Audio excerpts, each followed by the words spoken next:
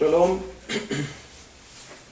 Volvemos para el estudio de la Mishnah, capítulo 1, versículo 8, o Mishnah 8 del capítulo 1 del Pirkei Avot. Vamos a dar lectura. Yehudá ben Tabai y Shimon ben Satach recibieron la tradición de aquellos. Yehudá ben Tabai solía decir: no seas nunca al mismo tiempo juez y abogado. Y cuando los litigantes estén ante ti, considéralos como culpables a ambos. Cuando salgan del juzgado, considéralos como inocentes, puesto que han aceptado el fallo.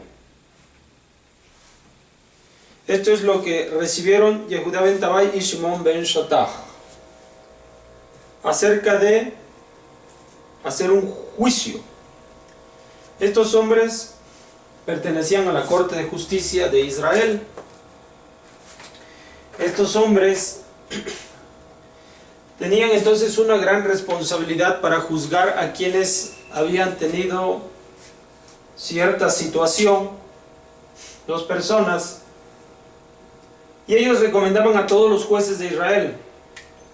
En primer lugar, existe el concepto de juez en un juicio, que es el que va a juzgar, y está el de abogado, que es el que va a tanto acusar como a defender.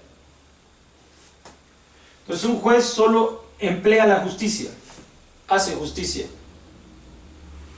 Ellos van a defender o van a acusar. Entonces son acciones completamente distintas: el hacer justicia y la acusación. Acusar o librar o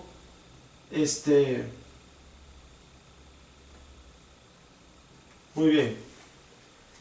No pueden tener estas dos características el juez porque le corresponden al abogado. Entonces no puede ser juez, dice el dicho, y parte, o sea, parte del problema. Y el problema es que se identifique con los acusados o las personas del conflicto. El juez no se debe identificar con ellos tomando la posición de un abogado, ya sea defensor o acusador. ¿Está bien? El juez solamente tiene que aplicar justicia. Ahora, la siguiente recomendación: no seas juez y abogado. Cuando se presenten ante ti los litigantes, es decir, los abogados, uno para acusar y el otro para defender,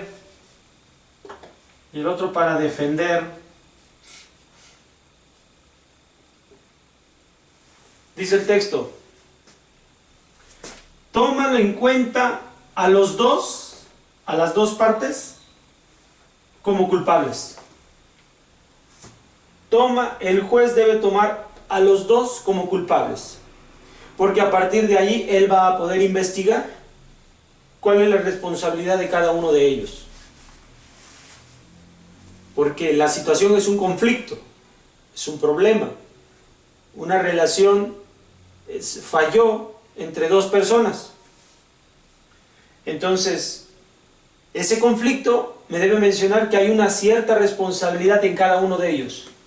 El juez debe estar pendiente de que si hubo un error, un fallo, a ambos debe considerarlos culpables.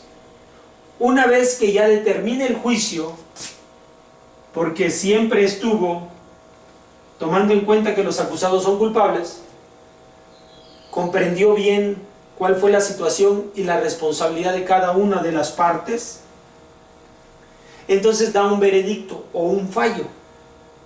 Esta es la tercera parte de la expresión.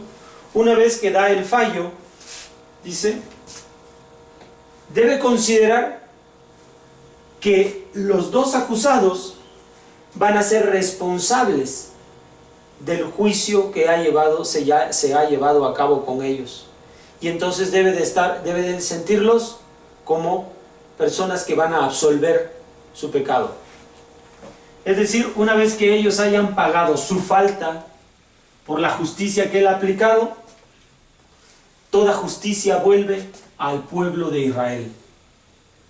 Porque cuando dos personas están en conflicto, hay una fractura en el pueblo de Israel. Entonces, por causa de mantener la armonía en Israel, el juez no debe ser juez y parte. 1. 2. Cuando llegan los acusados ante él, debe considerar a ambos como culpables, para que pueda restaurar la armonía en el pueblo de Israel. Y una vez que él ha dado el veredicto, significa que la armonía en Israel se ha restaurado. Esa es su labor del juez. Esa es la labor y la responsabilidad de un juez. En un momento dado, en la vida, nosotros comúnmente vamos a ver eventos en los cuales hay conflictos. Cuando alguien me pide a mí una asesoría para resolver el conflicto, debo recordar esta clase. ¿Sí? No soy juez y parte, no estoy a favor de ninguno de los dos, sino todo lo contrario. Los oigo y a los dos juzgo. Y una vez que yo he escuchado y he entendido, entonces puedo explicar mi punto de vista. Bueno, esto es algo que podemos poner en práctica en la vida constantemente. Hasta la próxima. Shalom.